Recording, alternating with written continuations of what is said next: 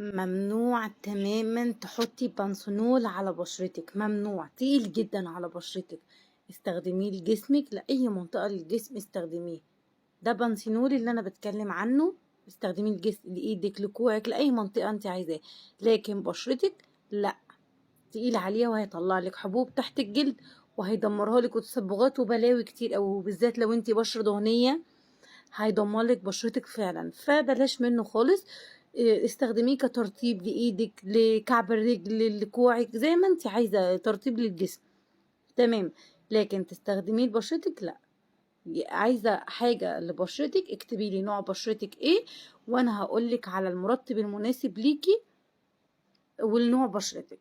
لكن بنسينول لا تماما، بلاش بلاش لبشرتك، لان انا جالي كميه مشاكل بسببه، وبشرات كتير، ناس كتير قوي اتدمرت بسببه. فبلاش منه، ادام حاجة هتأذي بشرتك بلاش منها. يبقى استخدمي الحاجة اللي تناسب بشرتك، زي ما قلت لك اكتبي لي في الكومنتات نوع بشرتك وانا هقول لك ايه المناسب ليك.